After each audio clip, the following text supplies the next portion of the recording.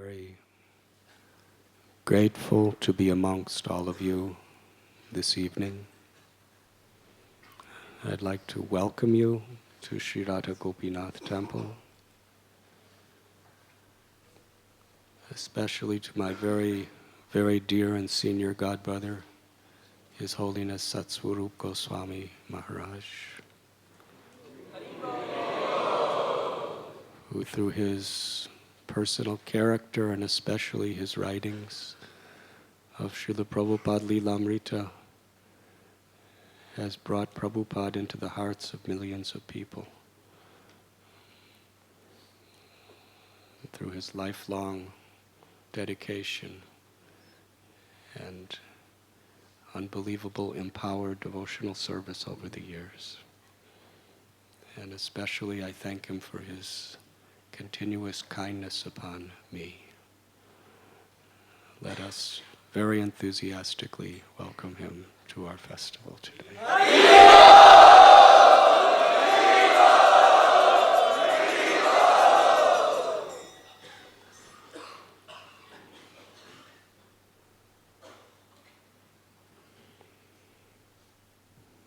It sounds like a kirtan of coughing.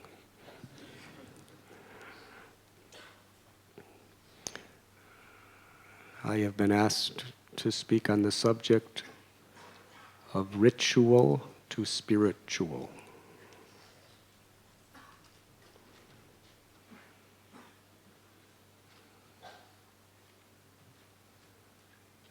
I have found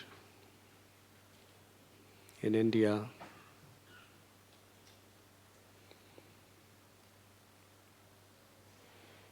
many young people your age who have neglected or to some extent discarded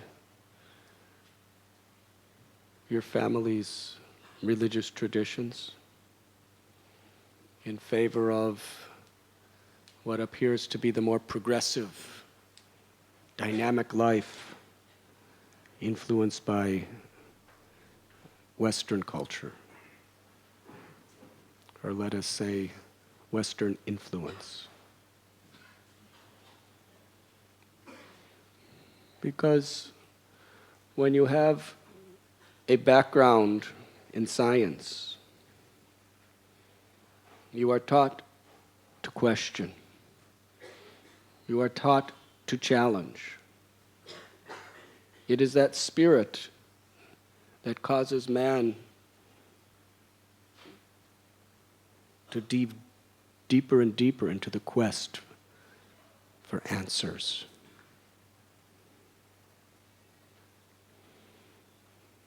When someone with a scientific basis of training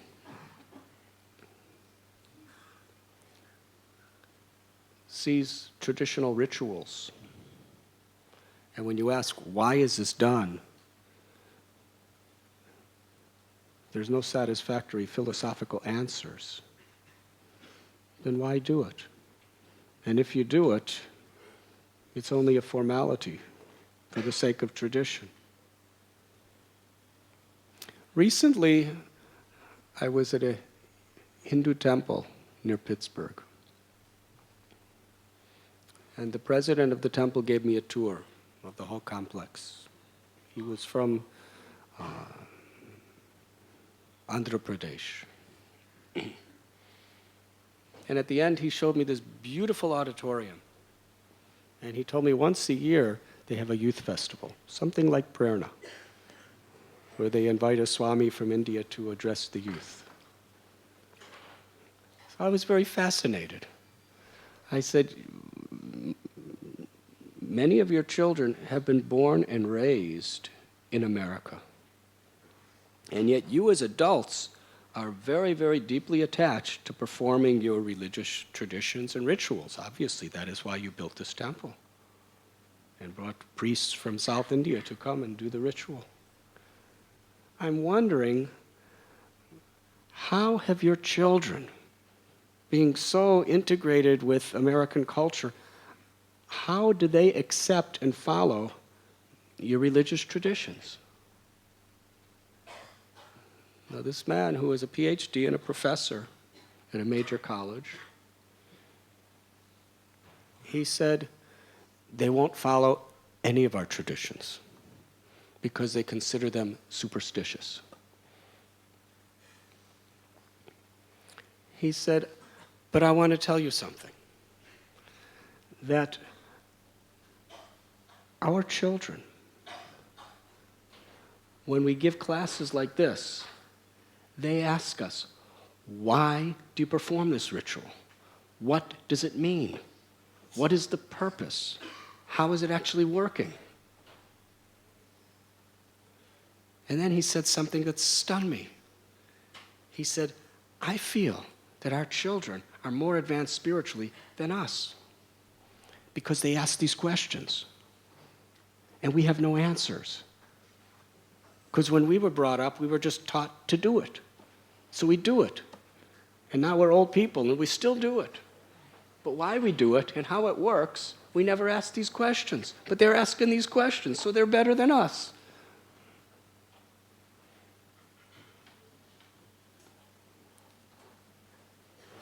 But they won't do it. So Srila Prabhupada explains very beautifully that religion without philosophy is either sentimentalism or fanaticism. And philosophy without religion is mental speculation.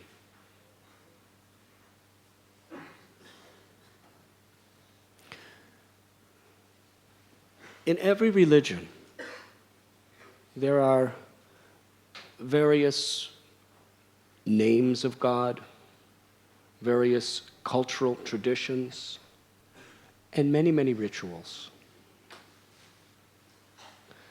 In one beautiful lecture, Srila Prabhupada explained how the rituals are like formulas that are meant for the specific purpose of dovetailing our consciousness to the Supreme Consciousness. But if we become attached to the ritual without understanding the purpose and the scientific understanding of how and why it works, it often becomes something very sectarian, something very mundane, which may even have the opposite effects of what it's supposed to achieve. One person is saying, oh, my Bible says like this. And another person says, no, my Quran says like this. Oh, my Vedas say like this. Recitation of mantras is a ritual. Studying of scripture is a ritual. Chanting God's name is a ritual. Namaz, arati, mass, they are rituals. All spiritual systems are full of rituals. In fact, even in material life, there's so many rituals. Watching television is becoming a ritual. Yes? And there are certain things in the cricket matches. You know, how they begin, how they end, what you're supposed to do at the beginning and the end. They are rituals. Rituals are ceremony, formulas.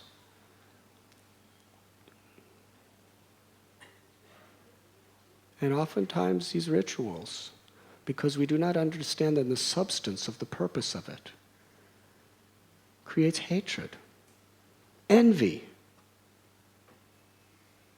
egoistic competition, when they're supposed to create unity, harmony, love, and devotion.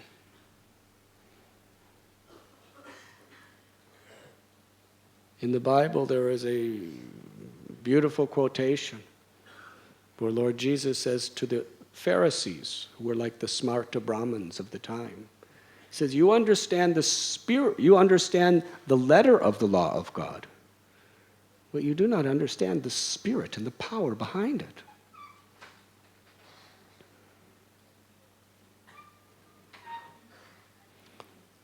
Srila Prabhupada explains that a ritual is a formula which is meant to dovetail our consciousness to the supreme consciousness of God. And how does that exactly work? The Lord is bhavagrahi. That means He doesn't accept the thing that is offered. He accepts the purpose, the intent in which something is offered. He accepts the substance of our will, of our consciousness. And the rituals are forms by which we can express and develop that consciousness, or that inner spirit.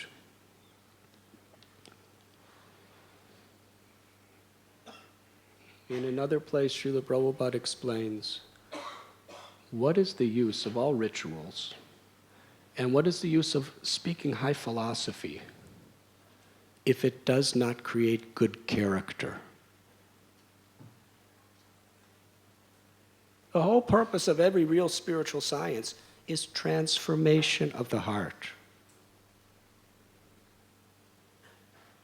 From selfish passions to a spirit of selfless service to others. From arrogance to humility. From envy to having the power to appreciate others. And those who are doing better than us, to actually be inspired to learn from them and do better.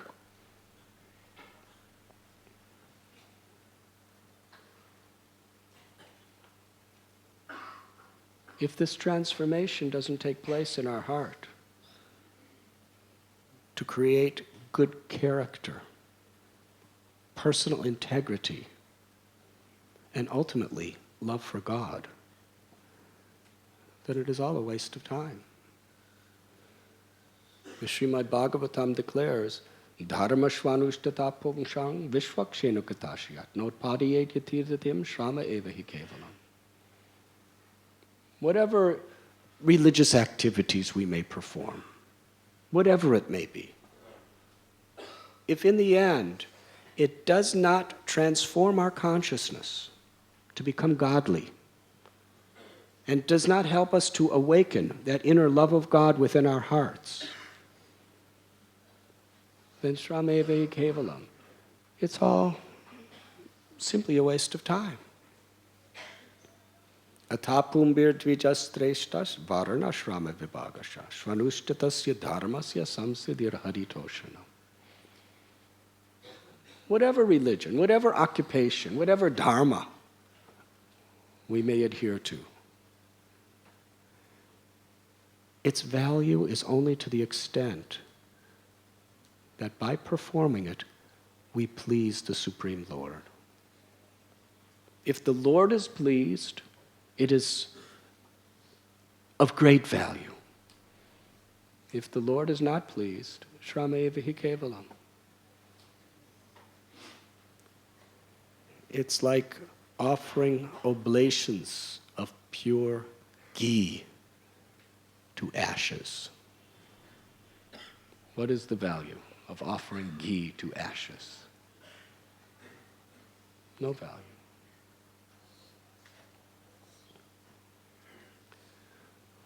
When we offer the arti, the content of our aspiration to please the Lord is what it's all about. It's not the ritual. It's the content of what our consciousness puts into that ritual. When we're offering the incense, we're taking, Krishna says, I am the scent of the earth. Yes? The quality of the earth is fragrance. So we're taking the very essence of the earth, its fragrance, in the most palatable possible way and offering it back to Krishna. Patram pushpam palam toyam yome bhakta priyachati. And if it is offered with sincere devotion, Krishna accepts it. It pleases Krishna. Fire. The quality of fire is to give light, to give warmth. So we're offering that light of the fire for the pleasure of Krishna. We're offering the texture and the scent of the flower to Krishna. We're offering water to Krishna, the taste of water. And with the chamara, we're offering air, the breeze to Krishna. The basic elements that we are all surviving upon, that God has given us. We're acknowledging it. Arti is the acknowledgement that everything we have, our whole existence, is dependent on the Lord. And with a sincere desire of gratitude and devotion, we're offering it to the pleasure of the Lord. Yegatamam prapadyante tamstataiva bhajamyaham mama vartmanu vartante manushya parartha sarvasha. As we approach Krishna, Krishna reciprocates and rewards us accordingly. There are different types of people who offer rituals for different purposes. They may be doing the same thing, but they may get very different results. One person may be offering arti for prestige, and that person may get prestige, but that's about all. Another person may be performing a yajna or an arti for the purpose of getting material benedictions. That person may get some material benedictions. Another is doing it with a very sincere desire to cleanse or purify their heart and awaken their love for God, to please God. The supreme occupation for all humanity is that which awakens our innate love of God. This is a universal principle. To purify our heart and awaken the innate love of God is the real essence of all spiritual practices. And if our rituals are performed with that aim in mind, that ritual, like a vehicle, will actually help to transport our consciousness to the supreme destination. It's like a package. Yes, if you give someone a gift with a nice package, but inside the package is something horrible. Yes? You give your mother a beautiful package, and she opens it up, and there's this stool of a hog in it. Will she be happy?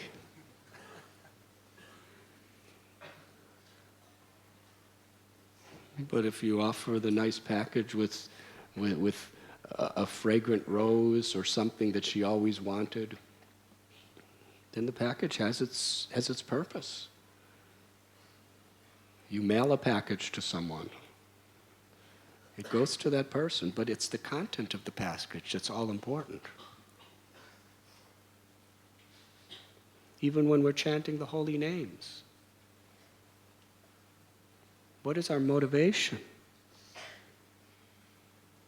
There are Mayavadis who perform the arti exactly the same way we do, who do kirtan and even chant japa, as we may do.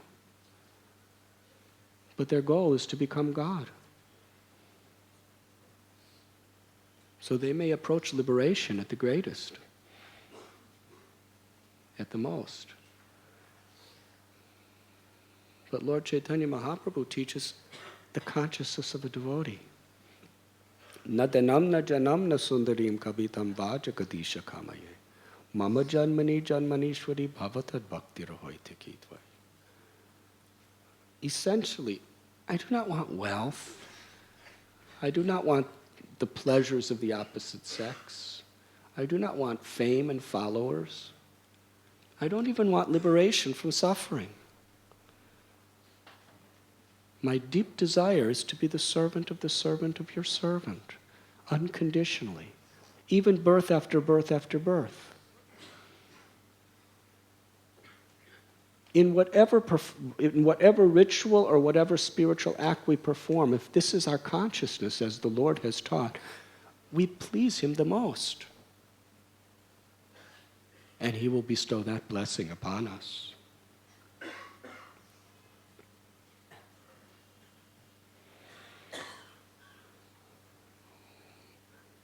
In the Holy Scriptures there are many beautiful stories. When the Brijabasis were arranging the Indra puja, very, very elaborate arrangements to worship the Devata Indra for the purpose of rain, Krishna asked, why are you doing? Yes? And most people today, they don't even know why they're doing. Because my mother taught me, and her mother taught her, and her mother taught her, and her mother taught her. If we don't do it, it may be bad luck. Out of fear. Because we have been worshiping, our family has been worshiping this God for so many generations. If I don't do it, God may be very angry with me. And I don't know really so much about this God, but I don't want to take any chances. In India today, a vast majority of people, perhaps, they perform their rituals because they do not want to take any chances. Have you ever seen that before? But Krishna asked, why are you doing? And he explained, we are cowherd, agriculturalists, Vaishyas. We are growing crops, we are taking care of cows. We depend on the rain. Indra is the Devata that provides rain. So therefore this ritual has been done since time immemorial from our relatives, so we must continue. Krishna challenged, just like many of you challenge your parents. If not with your mouth, with your hearts and minds. Yes? Well, it's raining over the ocean. The ocean's not doing any rituals. So what do we have to do rituals for? And besides that, there's the law of karma. The law of karma is what you do, you're going to get back. So if you're doing good karma, then Indra has to give you rain. If you're doing bad karma, then he's not allowed to give you good rain. So what do you have to waste your time and all these nice ingredients to worship Indra? Just do good. Be good. That's all. And ultimately, Krishna wanted to teach there's a supreme God who is above all the demigods. And if you water the root of the tree, the Srimad Bhagavatam explains, then all the parts of the trees are automatically satisfied. If Krishna's pleased, all the devatas are blissful. Because he is the source of everything. He is empowering all of them. And ultimately, they are all his devotees.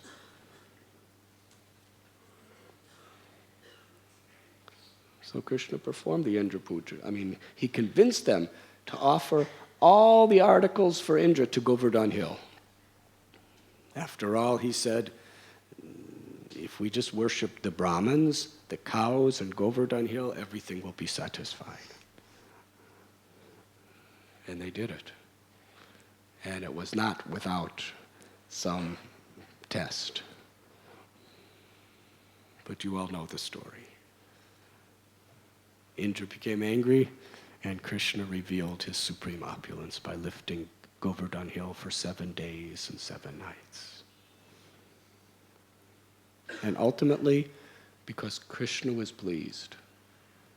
And the amazing thing is they did the exact same ritual that they were going to do for Indra. Krishna didn't say, don't do the ritual. He said, just do the same ritual for the right purpose,